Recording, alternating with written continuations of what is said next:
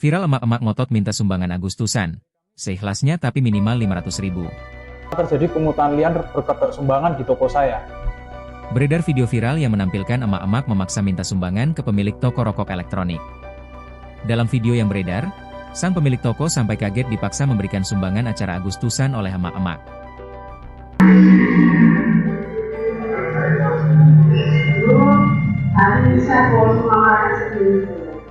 Peristiwa itu menimpa pemilik toko bernama Kevin William, 22, di tempat usahanya di Jalan Gemblongan, Alun-Alun Contonga, Bubutan, Surabaya, Jawa Timur.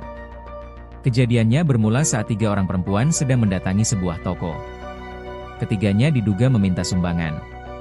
Mereka, ketiga perempuan, mengaku ada yang dari RT, RW, ada yang dari kelurahan juga, kata Kevin ketika ditemui di tokonya.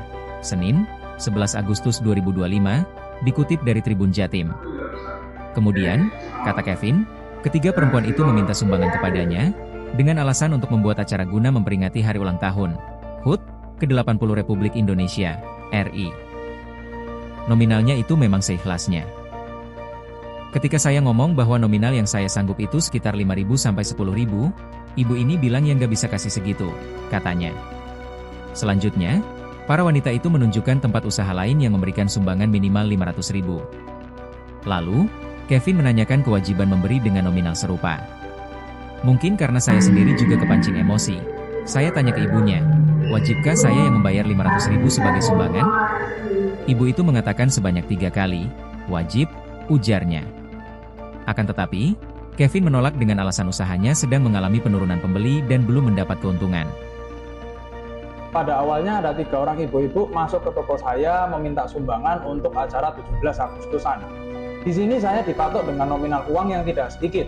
Padahal posisi bisnis saya di sini masih minus, masih belum BEP, bahkan mengalami penurunan daya beli. Akhirnya, ketiga perempuan tersebut pun emosi kepadanya. Kalau sumbangan seperti ini, biasanya saya memang tahu kalau memang ada sumbangan seperti ini. Tapi yang bikin saya kaget itu ketika saya dipatok nominal. Sumbangannya, itu, kata dia. Kevin memutuskan untuk melaporkan perkara dugaan pungli tersebut ke Polsek Bubutan. Dia pun berharap, agar kasus itu segera diusut oleh aparat kepolisian.